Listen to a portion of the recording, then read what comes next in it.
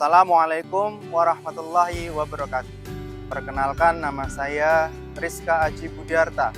Saya mengajar mata pelajaran fisika di SMA Negeri 1 Grobogan, Kecamatan Grobogan, Kabupaten Grobogan, Jawa Tengah. Sebagai mahasiswa PPG dalam jabatan kategori 1 gelombang 2 tahun 2022 pada program studi fisika di Universitas Syekh Kuala Banda Aceh dengan nomor induk mahasiswa 220650303036. Hari ini Senin 12 Juni 2023 saya akan melaksanakan uji kinerja di SMA Negeri 1 Grobogan. Berikut video pembelajaran saya.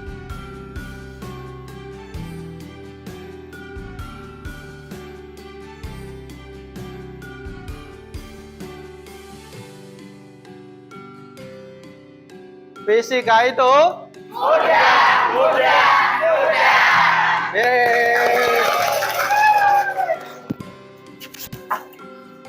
Assalamualaikum. Jam saya bener ya?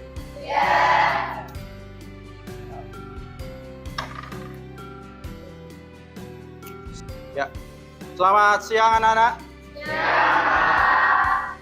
Saya ulangi salamnya ya, biar semangat ya. Assalamualaikum warahmatullahi wabarakatuh. Waalaikumsalam warahmatullahi wabarakatuh. Oke, pada siang hari ini sebelum kita mulai pembelajarannya di jam saya, alangkah baiknya kita berdoa terlebih dahulu ya. Ada yang mau mimpin?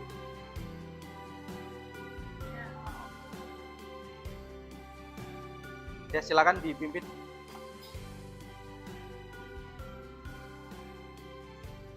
Di tempat duduk siap, gerak, berdoa mulai.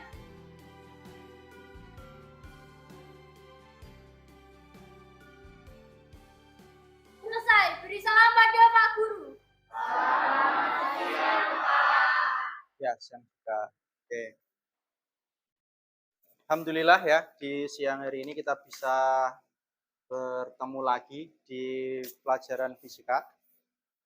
Kita patut bersyukur gitu ya.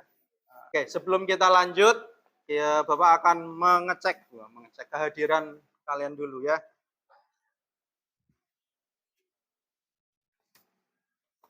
Yang pertama, Adi. Oke. Yang kedua, Adi. Adi lagi nih. Aditya. Hadir. Yang ketiga, Akhir. Yogi. Yuwanita. Ya, alhamdulillah hadir semua ya.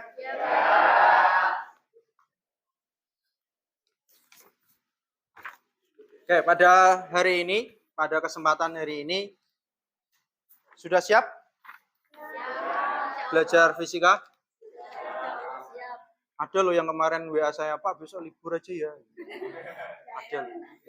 Oke, pada kesempatan hari ini kita akan membahas tentang asas kontinuitas ya. Sebelum kita lanjut, ada yang tahu dulu asas kontinuitas itu apa? Pak ada. Makanya kita belajar, Pak. Gitu. Pinter kalian ya memang. Oke. Di awal kita mulai dulu. Ini kesepakatan kelas ya. Setiap kita ketemu kita pasti ingat ini. Yang pertama, hadir tepat waktu di jam saya. Jangan belum jam saya sudah hadir gitu kan. Ya benar di mapel lain ya. Gunakan HP jika diinstruksikan. Yang ketiga, terlibat aktif dalam jangan nongkrong di belakang, cuma diam, guyang-guyu, mangan-mangan gitu ya. Enggak boleh.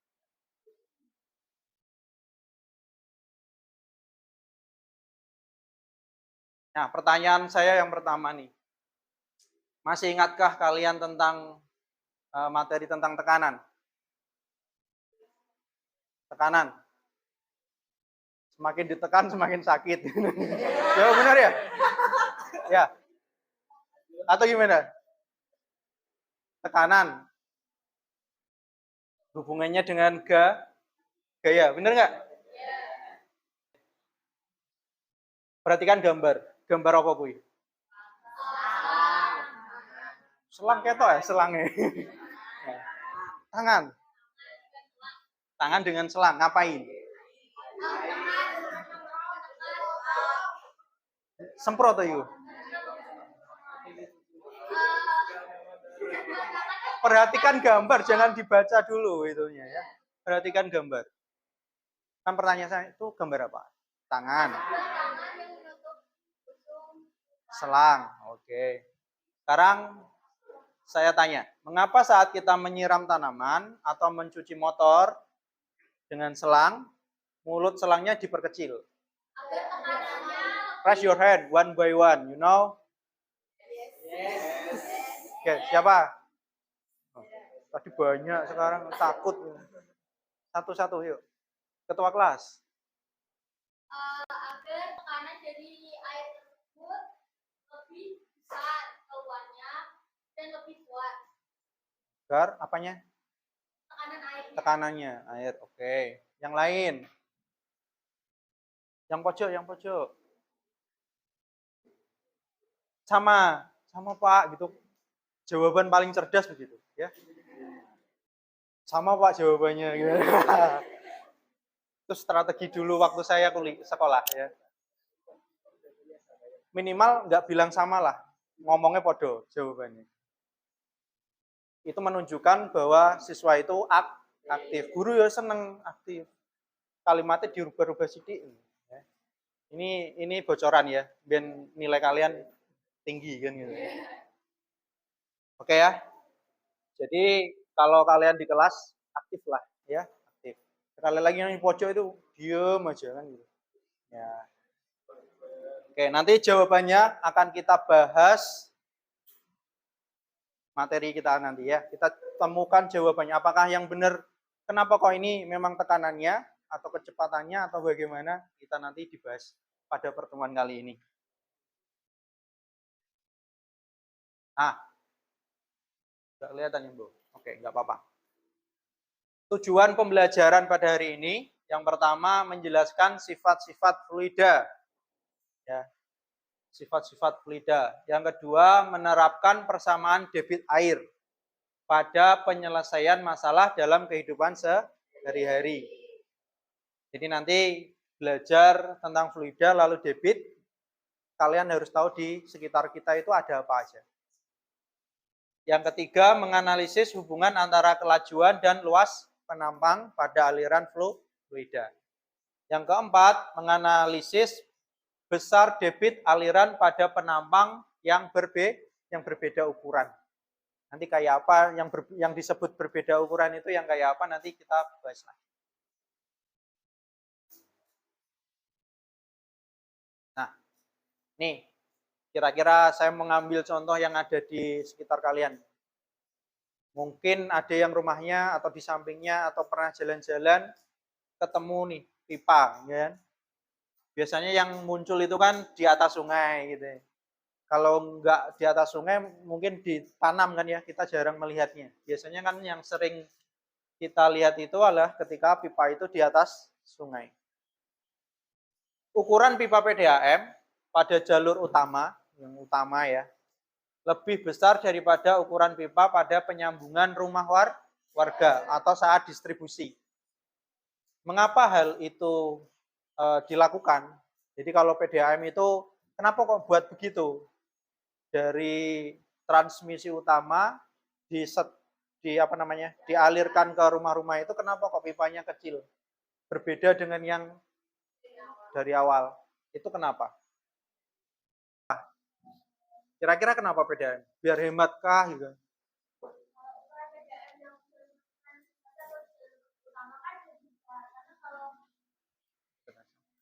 Kalau yang jalur utama besar, nanti kayak ngalirnya ke jalur-jalur pemukiman rumah warga itu jadi kayak lebih luas, mungkin lebih banyak. Ini penampungannya itu yang jalur utama lebih besar daripada bolehlah daripada yang di rumah warga gitu ya. Oke. Kenapa sih di jalur utama itu lebih besar daripada ukuran pipa di penyambungan di warga-warga? lebih rendah daripada di jalur rumah warga dan lebih menghemat tempat juga. Lebih menghemat tempat juga. Ya. Oke, ada lagi yang ingin berpendapat?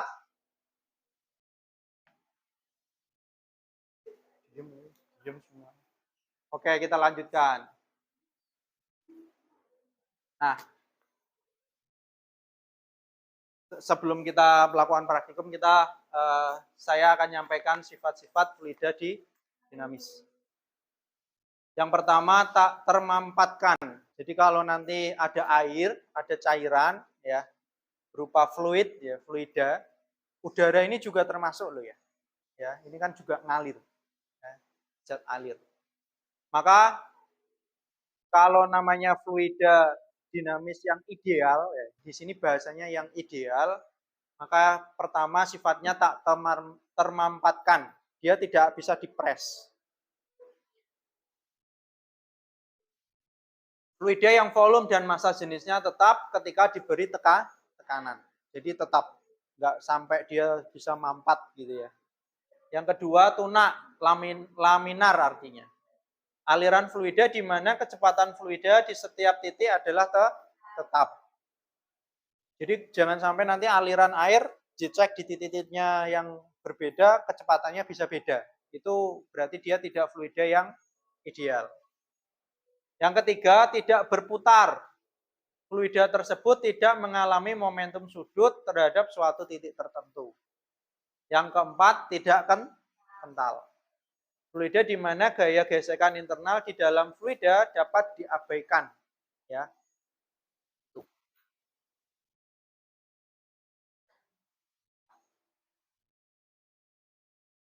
Nah, ini permasalahan di sekeliling kita nih.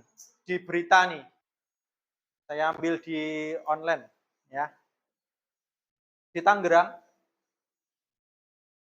Kompas.com menyampaikan, ini dari Kompas, debit air di Situ Besar Tangerang, Kota Tangerang, Banten meningkat hingga 3 kali lipat akibat intensitas hujan deras.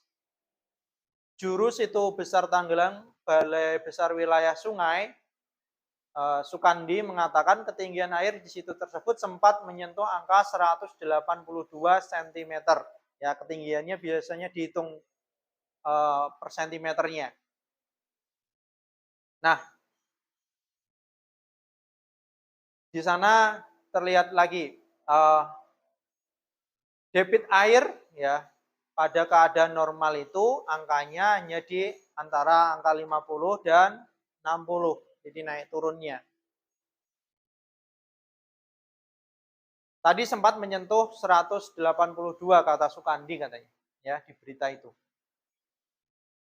Ini dikarenakan intensitas hujan yang tinggi selama beberapa jam di Kota Tangerang. Nah, itu ada pertanyaan. Apakah hubungan debit dengan banjir? Kira-kira apa? Lalu pertanyaan yang kedua, apakah debit itu? Hubungannya debit dengan banjir. Debit dengan banjir. Debit di bendungan itu sama banjir. Kira-kira apa hubungannya?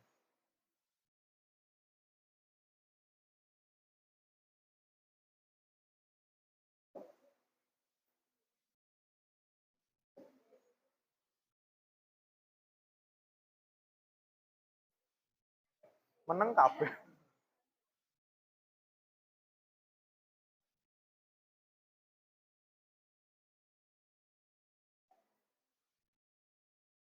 Jumlah air ya ini kok ngomong ya.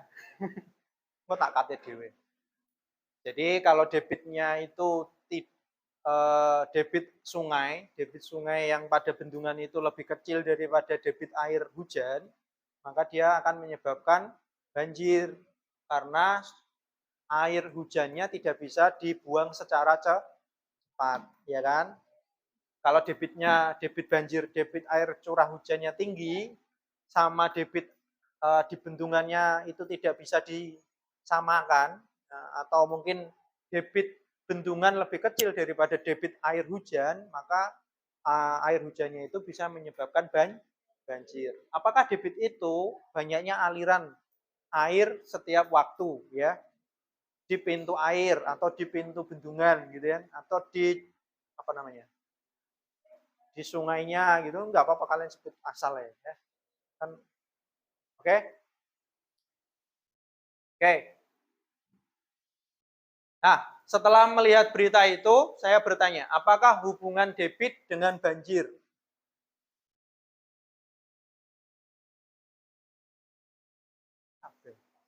Ini era dipaksa rai saya. Masa Kaisa lagi?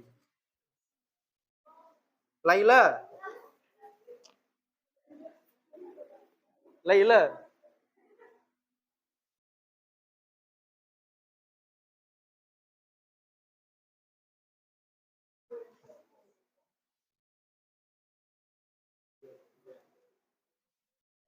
Wis diajari lali.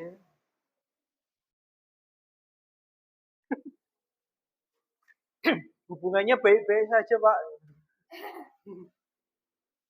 Hubungan debit dengan banjir, ya. Jika debit di bendungan lebih kecil daripada debit air hujan atau curah hujan, maka bisa menghasilkan apa menyebabkan banjir. Oke, fix. Bentar, dicerna ya. Jadi kalau di bendungan itu debit aliran debit di pintu airnya lebih kecil daripada debit curah hujannya, berarti bisa menyebabkan banjir. Apakah debit itu banyaknya air per satuan waktu atau kecepatan air per satuan waktu, atau debit itu ya banyaknya air mengalir itu enggak apa-apa ya. Wes, siap? Saya cut.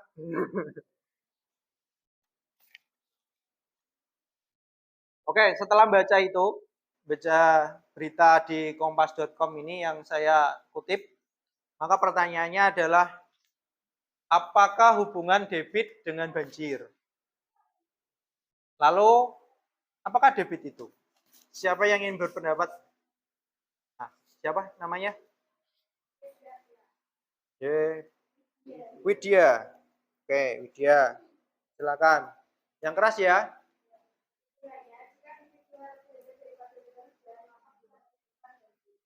Debit.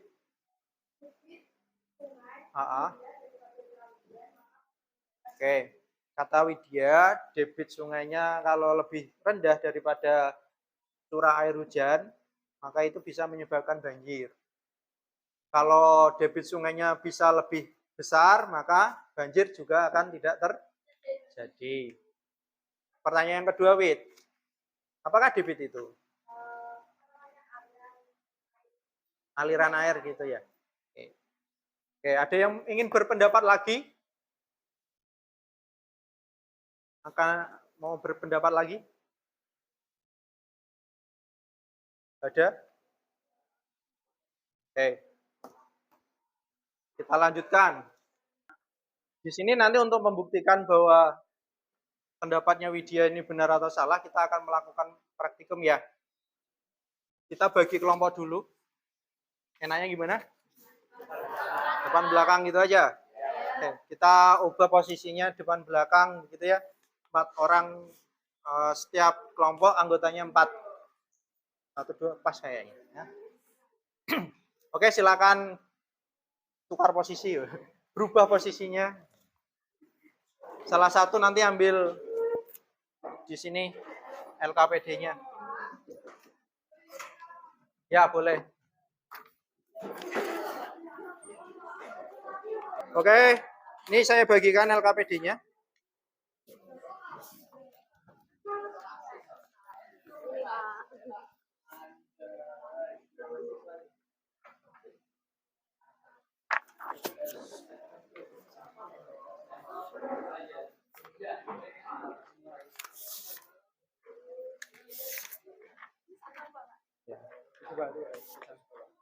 Oke, sudah semua dapat?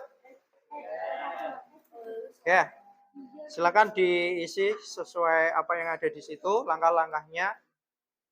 langkah-langkahnya.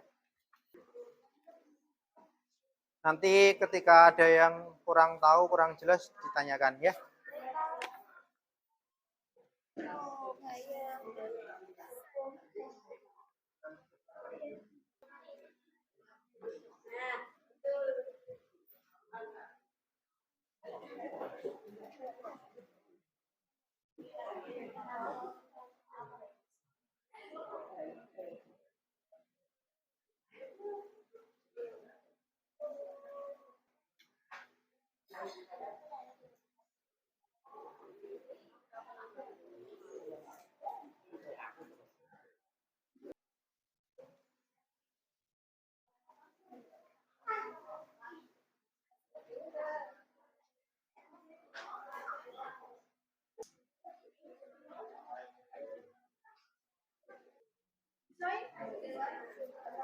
Gimana, sudah bisa?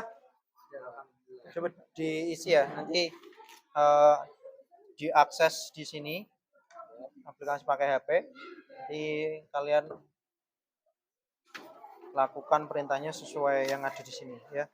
Nanti datanya ditulis di sini. Di kolom ini datanya, setelah itu kalian analisis data itu, lalu jawablah pertanyaan setelahnya ya.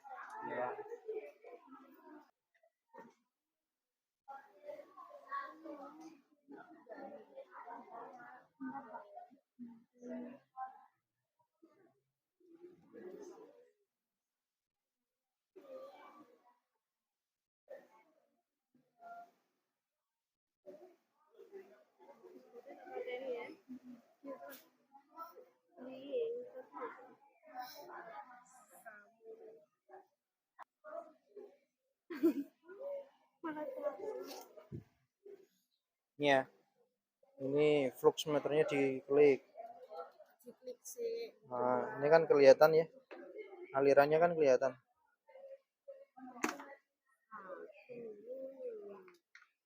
Ini di rotate bisa enggak?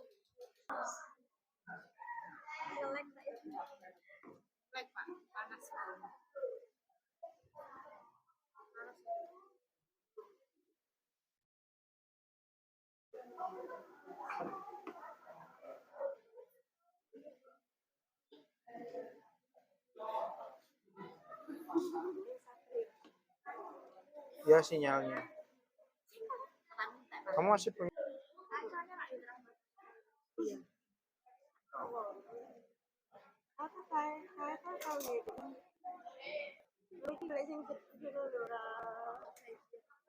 Sudah ada yang bisa ngakses?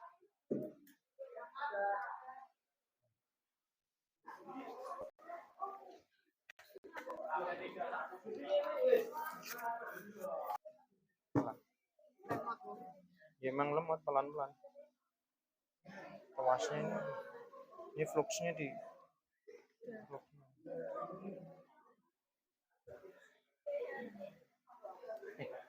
di zoom out ya. Dekat enggak biasa aja.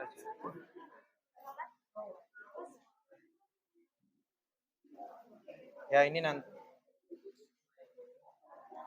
ini nanti pipanya ini dirubah-rubah. Jadi setelah itu nanti diukur pakai apa namanya, kecepatannya pakai ini, nanti dirubah digeser ke sini. Nah, ini digeser. Ini berhubung dengan jaringan, nanti sabar ya. Nah, nanti di flux, nanti pipa yang di sini sama yang di sini nanti dirubah penampang, luas penampangnya gitu ya. Nanti diukur kecepatannya. Ini kan ada dua nih, jadi satu taruh sini, satu taruh sini. Kalau ini nanti digeser, jadi kita tahu penampang. Boleh pakai yang ini ya, nggak harus di dekat pipa. Yang penting ini tuas ini ya pakai, nanti tuas itu terus ya. Atau yang di sini boleh ya. Nanti tuasnya nggak harus yang jadi pipa. Yang penting ini di penampangnya. Ya, sudah mengerti? Ya, bisa dilakukan.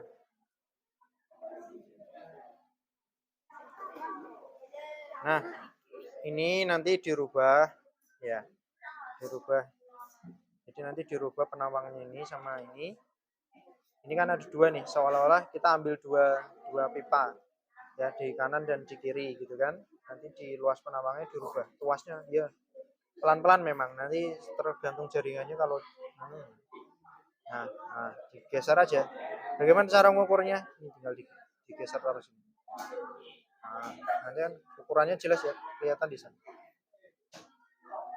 Nah, itu nanti dirubah-rubah, baru diukur kecepatannya pakai alat pengukur. Nah, ambil data secukupnya di tabel. Gitu ya. Selamat bekerja. Datanya sudah diambil? Sudah semua? Oke, sekarang dihitung lalu dianalisa sesuai perintahnya. Jawaban kalian nanti juga ditulis di situ. Sesuai pertanyaannya ya. Ya, Pak. Terima kasih. Lanjutkan. Ya, Pak.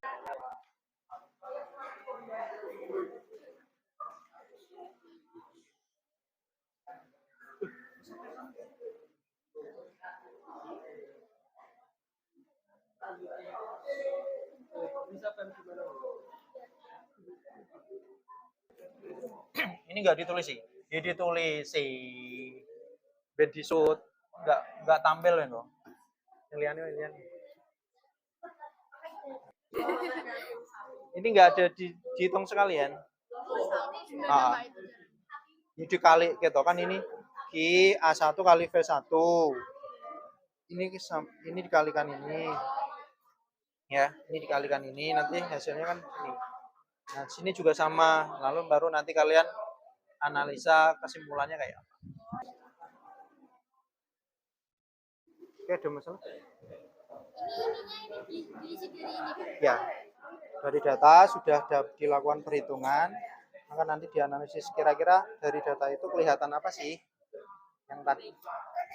Ya, jadi nanti diambil kesimpulan dan sampai akhir dijawab. Gimana, ada permasalahan? Ya, Pak. Kalau ininya semakin kecil, nah ini kecil, ininya tinggi.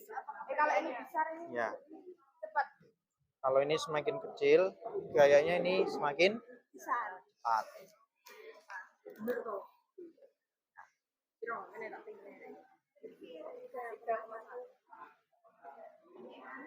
Oke, ada masalah? Enggak ya?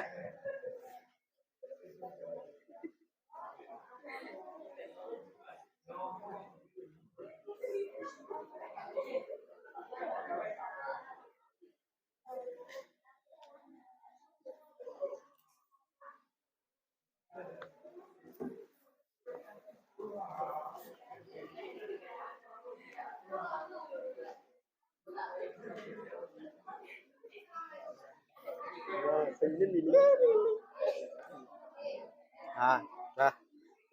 Lanjutkan. Dijawab soal-soalnya ya.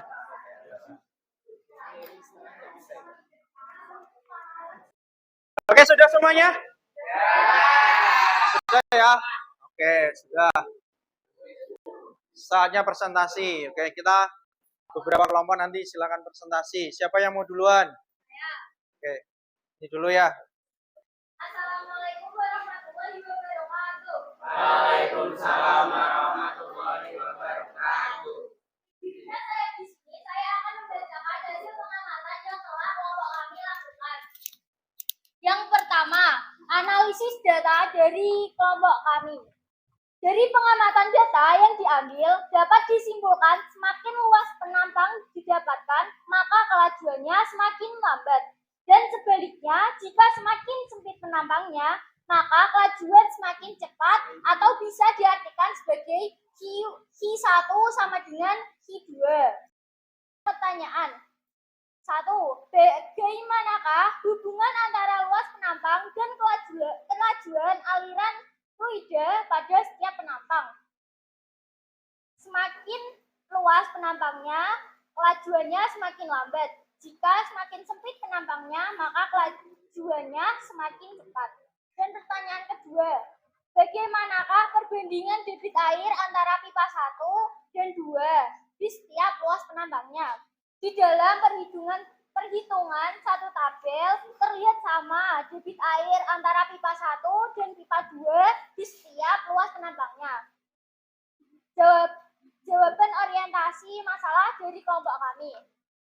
Mengapa pipa PDAM dipasang berbeda ukuran untuk jalur transmisi dan distribusi? Jelaskan.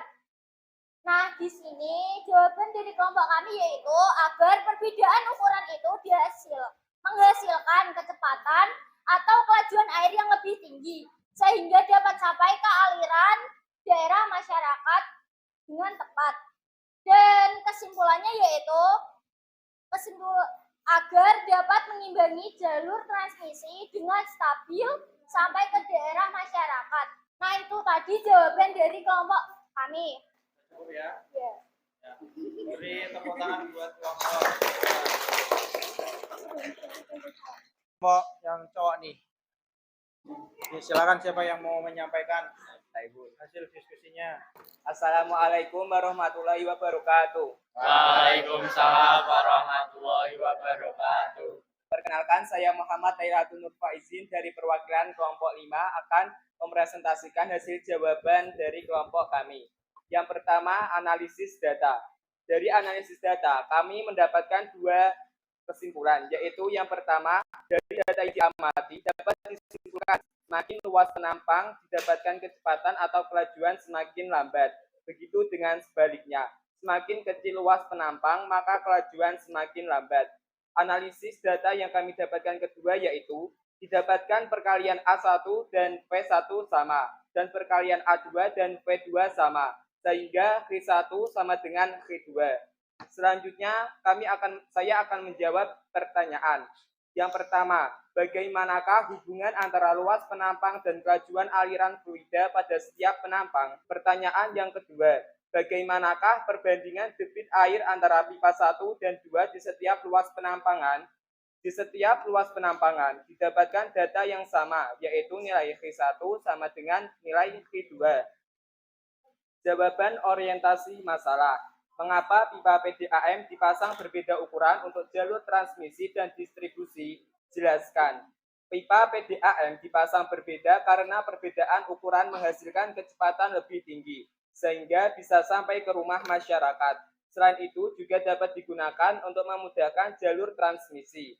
Kesimpulannya yaitu, kesimpulan hasil perkalian A1 dan V1 sama, dan perkalian A2 dan V2 sama, sehingga nilai V1 sama dengan V2. Hanya ini yang dapat saya sampaikan. Apabila ada kekurangan, mohon dimaklumi, namanya juga manusia. Kalau cara yang sempurna hanya milik Tuhan semata. Wabillahi taufik wal hidayah. Wassalamualaikum warahmatullahi wabarakatuh. Waalaikumsalam warahmatullahi wabarakatuh. Oke, terima kasih semuanya ya sudah presentasi. Terima kasih. Nanti kita bahas untuk selanjutnya.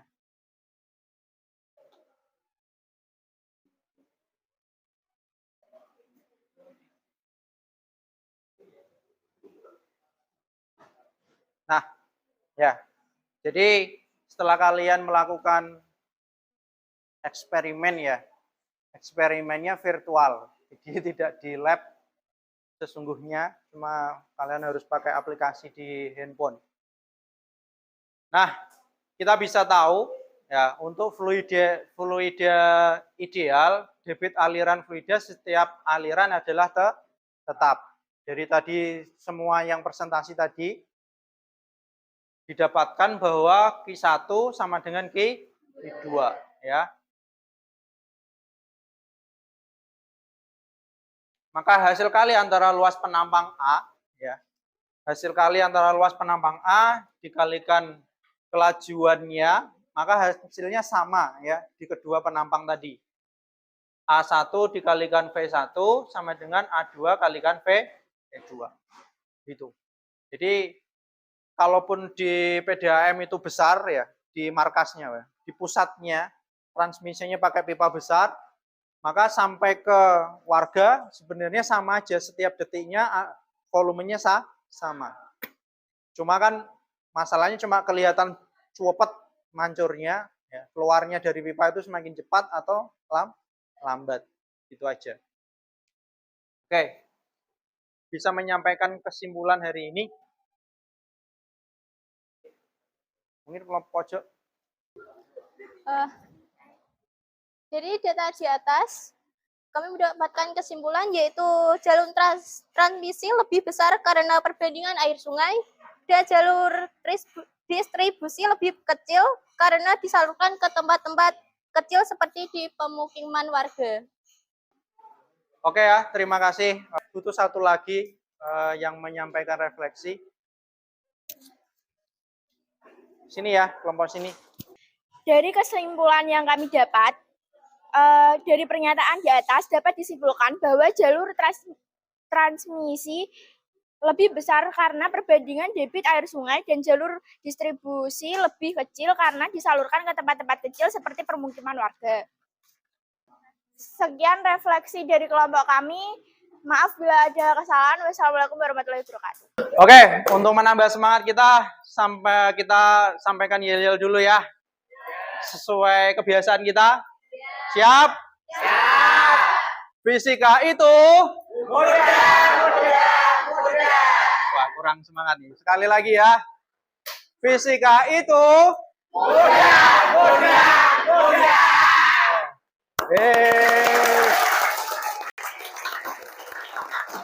Oke, kita sudah ambil kesimpulan berefleksi tadi. Sekarang kerjakan soal dulu ya. Tapi sebelum mengerjakan, kalian kembali ke menghadap ke depan ya, seperti biar rapi lah, enak dipandang gitu ya. Oke, sesuai link yang saya kirim ke grup, kalian kerjakan soal ya. Soal di grup itu diklik, nah kerjakan. Sudah bisa akses semua? Gak usah tanya temennya, kerjakan sendiri. Lihat HP-nya itu, lihat HP-nya ya. Kan semua sudah bawa semua kan masing-masing. Sudah cukup? Sudah ya, dikirim semua? Oke. Sudah? Oke. Untuk selanjutnya ini dikerjakan di rumah, link berikutnya. Ya, nanti dikerjakan sesuai kelompoknya masing-masing. Tadi sana sudah kasih daftar kelompoknya ya. Yang kedua ini, oke, sudah terima ya di grup. Oke, alhamdulillah usai sudah pertemuan kali ini. Kita akan ketemu lagi di hari apa? Rabu ya?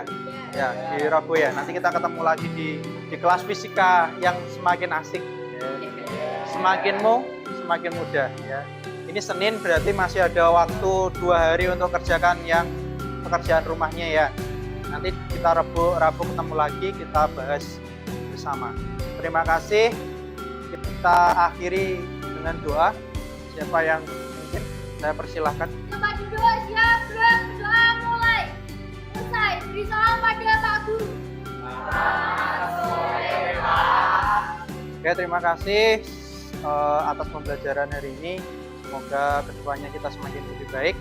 Apa yang kita pelajari ini menambah ilmu kita dan bermanfaat bagi kehidupan sehari-hari. Terima kasih. Saya akhiri. Assalamualaikum warahmatullahi wabarakatuh. Fisika itu mudah. Sekali lagi, fisika itu mudah. Yeay.